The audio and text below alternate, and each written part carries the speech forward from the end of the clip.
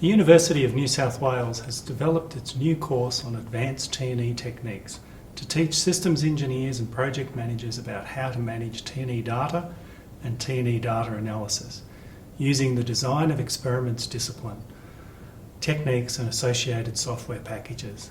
The course is designed to address the competencies in T&E shown in the following slide from the US Defence Acquisition University. The slide shows those key 8 of 25 T&E competencies that the US Defence has that requires design of experiments, data rigour. That is about 32% of their 25 T&E competencies rely on being able to construct valid design of experiments tests and to analyse using those techniques and then produce valid results. The new course teaches why DOE is so important to Project Rigour, where it complements advances in scheduling and value tracking. This slide shows that T&E is important to a project manager. A project manager has to live within the cost, schedule and capability environment, and T&E metrics provide the best measure we've got of capability. Design of experiments puts process and statistical rigour to the T&E measures on this corner of the capability. The new course has been developed under individual student licences from a mature course in the DOE by Air Academy Associates, but tailored towards education and Australia, where DOE is not yet in widespread use. The course does basic measurement system analysis on day 1, how to screen for significant factors on day 2, both in developmental and operational T&E, how to model using statistical significance on day 3, and how to validate for performance on day 4, using techniques like representative sampling and high throughput testing.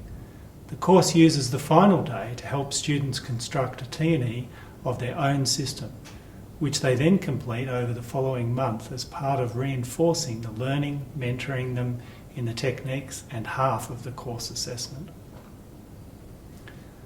The course includes 3 software packages and individual licensing, so students workshop real practical examples, as well as teaching a system known as the Statipult.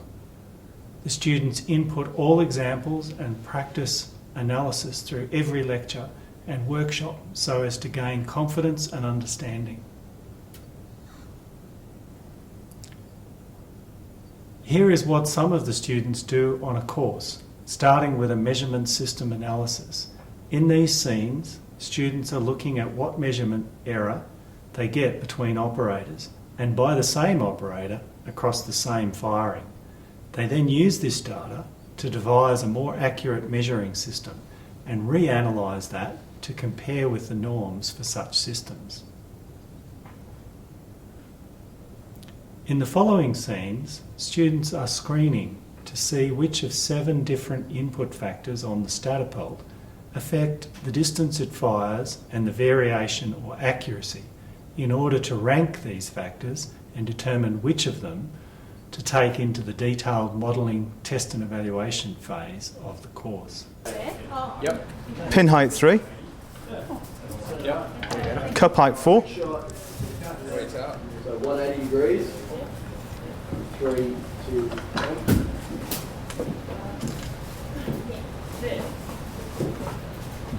Yep. Rubber band 3. Yep. Ball type 2. Yep. Operator 1. Yep. Release angle. 160. And claim 1 drop shot per serial. Firing 3, 2, 1. 59. Okay, so from our test results, we concluded that all of the factors had a statistically significant impact on the distance. Okay, so looking at our plots, we thought that there was pullback angle and operator, but when we looked at the regression model, it actually appears that none of them are statistically significant for variation at this stage. So the lesson learned we at the moment is because of our results, we can't eliminate any of the factors. from our model. So we're going to have to go back and talk to our customer about whether we need to, whether we can change any of the factors or do something with any of the factors. But at the stage we can't because the screening didn't eliminate any. In the following scenes from day 3, students are modelling the 3 most significant input factors on distance, while hold constant using SOPs several variables that contribute to variation, so they get an accurate system. They then conduct a statistical multiple response regression modelling analysis to develop a simulation model to use with the Statipult in the field.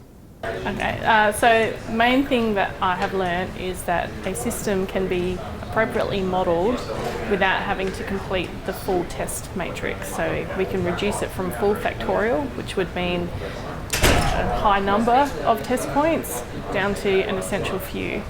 So we would classify those as not the variables, so to speak, so the important variables of the system.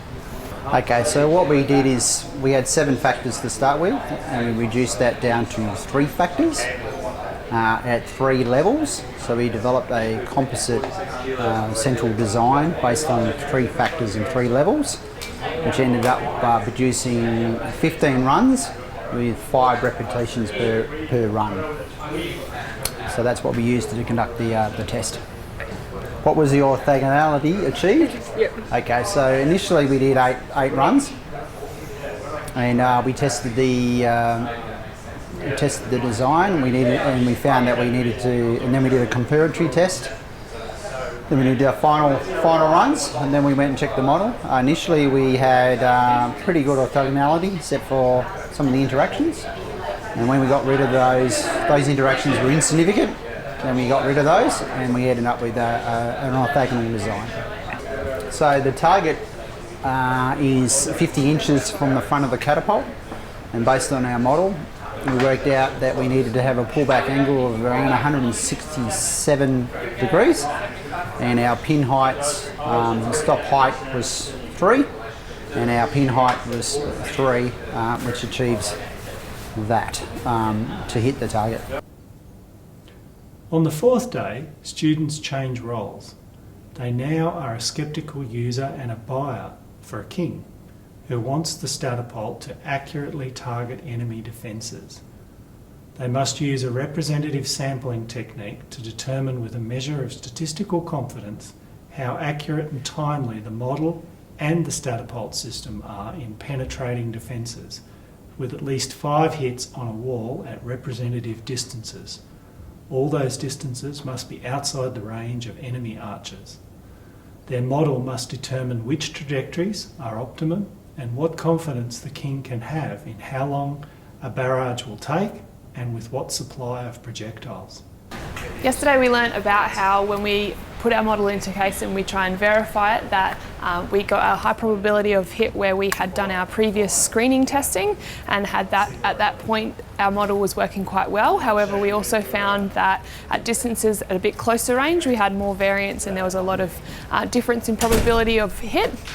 We were trying to hit down the wall and our model seemed to work pretty okay, but we had some variance in the operator and at the distance it was firing. Our group found that at a longer distance we were probably consistently better, and that at our optimal range where we modelled for the day before was working quite well, but we found that the shorter distances weren't working as well as we would have liked. We spent the last couple of days investigating how the Statipult that we use here and the different factors that affect how it works can ultimately affect the range.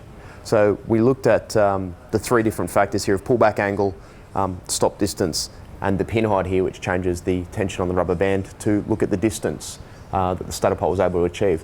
So in doing that, we then built a model, then we did some representative testing to figure out, once we built that model, whether or not the model actually worked correctly. So after running the model, and coming up with some representative distance, we placed our lovely built castle at that distance and then fired the Statipult to see whether or not it would hit it and knock it over.